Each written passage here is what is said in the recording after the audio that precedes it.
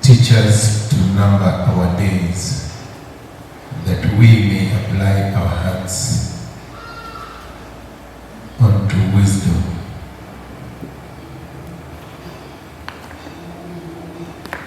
Bwana asifiwe.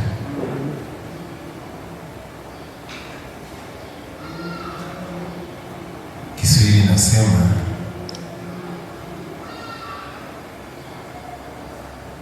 basi utujulishe kuzihesabu siku zetu, tujipatie moyo wa hekima katika kuishi dunia hii na maisha haya ambayo maandiko, Mhubiri anasema ni mafupi sana. Daudi anasema, Bwana tufundishe tukapata kujua kuzihesabu siku zetu,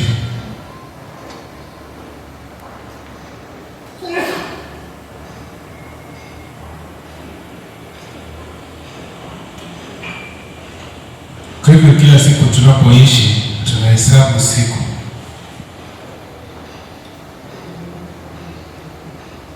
Mzee wetu amekuwa sehemu yetu na leo hii hayuko miongoni mwetu. Leo hii kiti chake kiko wazi na kitasalia wazi.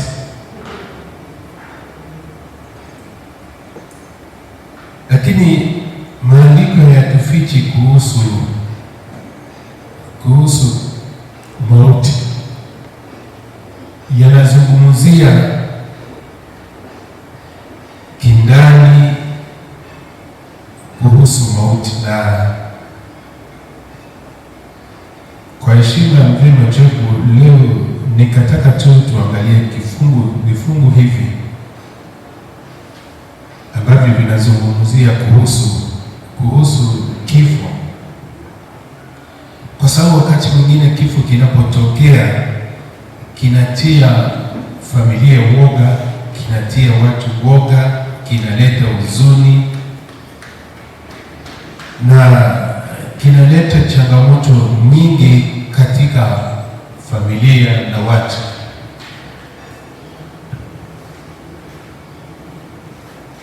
Na Biblia haifichi inapozungumza kuhusu kifo, lakini badala yake inatumia mafunzo yake ili yawe kama darasa la hekima na tumaini kwa maandalizi ya umilele. Biblia inapofungua vifungu kuhusu kupumzika na kuondoka, inaweka wazi masuala kuhusu kifo. Na leo nataka tuangalie tu kifupi, je, hiki kifo kilitoka wapi? Kwa nini watu hufa? Na kwa nini watu wazuri hufa? Na baada ya kufa mtu huenda wapi?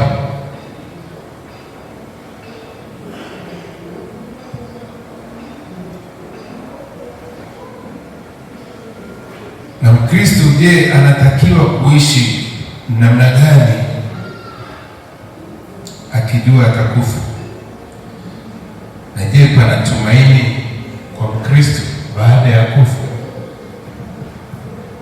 Ni masuala ambayo wakati kama huu tunajiuliza, tunaulizana.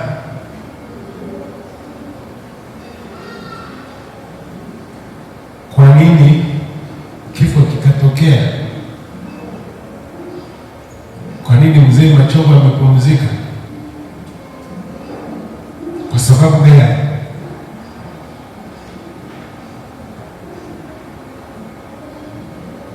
Maisha haya kuna kuzaliwa, kuna kukua na mwisho wake kuna kufa. Hivyo ndivyo daraja muhimu katika maisha ya mwanadamu: kuzaliwa, kukua, kuna mambo mengi hapo katikati yanaendelea. Lakini jambo la kwanza mwanadamu ni kuzaliwa. Jambo la pili anakuwa katika maisha haya, na jambo la mwisho anapokamilisha mwendo basi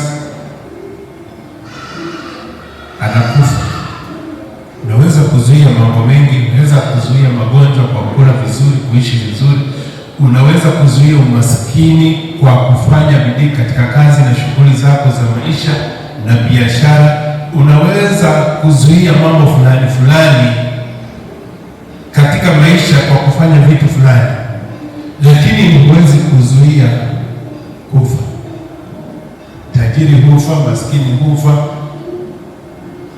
wenye elimu hufa, walio wapumbavu hufa. Kwa hivyo hakuna mtu yeyote ataweza kusema kwamba ataweza kuzuia mauti katika maisha yake. Mataifa makubwa yamejaribu, wanasayansi wamejaribu kudhibiti, kuangalia, kuzuia kifo, lakini haijawezekana. Kwa hivyo maandiko yanasema panakufa, marais hufa, wazee hufa, vijana hufa, watoto wadogo hufa, watu wazuri hufa, watu wabaya hufa. Ndio sababu maandiko yanasema katika Waebrania 9:27, na kama vile watu wanavyowekewa kufa mara moja, na baada ya kufa hukumu. Kwa hivyo kifo sio ajali. Unaweza kufa kwa ajali barabarani, lakini kufa kwako sio ajali mbinguni, kwamba mbinguni imeshikwa pasipo kujua kwamba mzee leo amepumzika. Kifo kimekuwa katika mpango wa Mungu tangu pale mwanzoni. Na je, nikauliza kifo kilitokea wapi? Waimbaji wameimba wakasema maneno makubwa na mengi kuhusu kifo. Mwanzo 2:16-17. Tuangalie hiki kifo kilitoka wapi.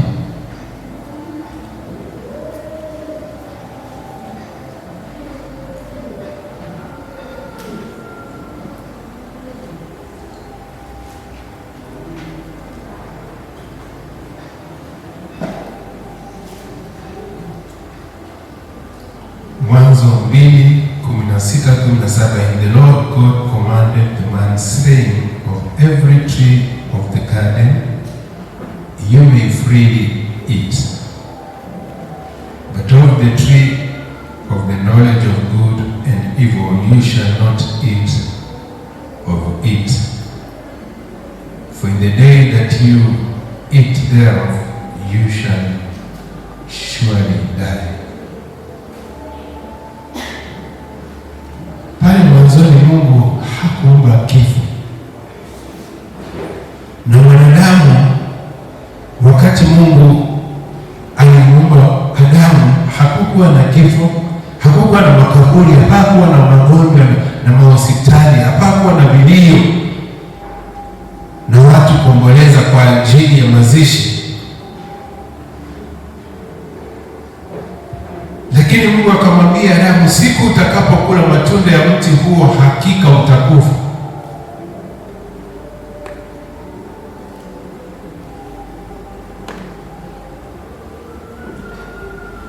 Na watu wengi wameswali na kuulizana, je, matunda ya mti huo ni matunda yapi?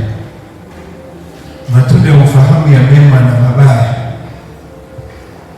Na sitaenda ndani sana kwa swala hilo, lakini nitajibu tu juu kwamba kifo kilikuja kwa sababu ya dhambi. Wakati mwanadamu alipoasi,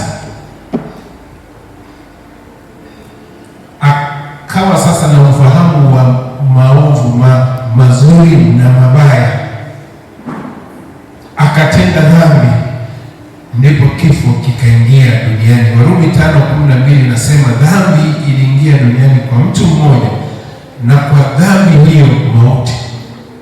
Kwa hivyo mtu ule wa kwanza alipoasi na kutenda dhambi, basi kifo kikaingia, mauti yakaingia duniani. Kwa hivyo kila kifo tunachokiona, tunachokisikia, mwanzo wake ni dhambi, na kinatufundisha kwamba hakika dhambi ni mbaya, kwa sababu imefanya nini? Imeleta mauti. Kila kaburi ni ukumbusho wa matokeo ya uasi dhidi ya Mungu. Kila mauti, kila kufa, kila mtu anayepumzika na kuondoka ni dhihirisho kwamba ni dhambi, ni uasi kinyume cha agizo la Mungu. Bwana Yesu asifiwe. Kama vile maandiko yanavyosema kwamba mshahara wa dhambi ni mauti, lakini pana habari njema kwamba karama ya Mungu ni uzima wa milele. Bwana Yesu asifiwe. Kwa hivyo yeyote yule hawezi kuzuia mauti, yeyote yule hufa, tajiri, maskini, mwerevu, asiye na mwerevu, mtoto mdogo, mzee, kila mmoja hufa, na huwezi kuzuia mauti kwa ajili ya hiyo.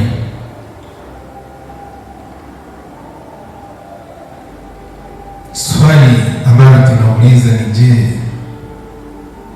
Mzee Majoa alikuwa mzee mzuri, kwa nini amekufa? Jibu ni kwamba wema hauondoi nguvu za mauti kwa mwanadamu. Hata watu wawe wema jinsi gani. Ndio sababu mababu zetu, kina Daudi, kina Musa, kina Yoshua, mashujaa wa imani ambao walitembea katika uaminifu na Mungu, ambao walikuwa wema, mitume wote, kina Paulo, kina Petro,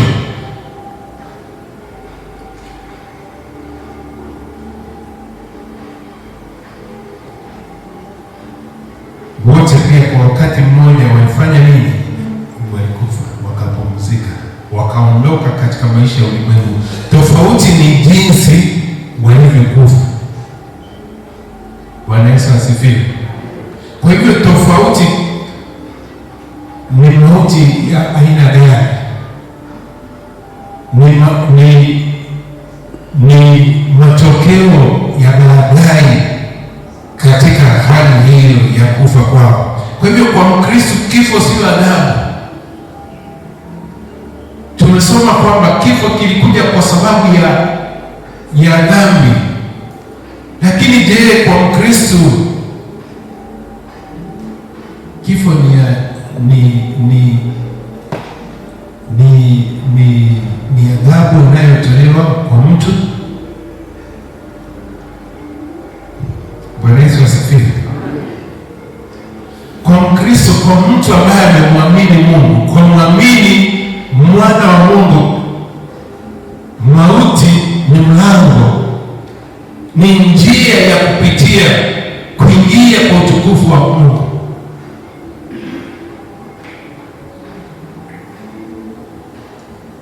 Kwa hivyo leo hii kwa Mkristo, mauti sio ushindi, sio adhabu kwa maisha ya dhambi, lakini ni daraja ya kutuvukisha, kutuingiza ni mlango wa kupitia kuingia katika utukufu ambao Mungu ameandalia watu wake.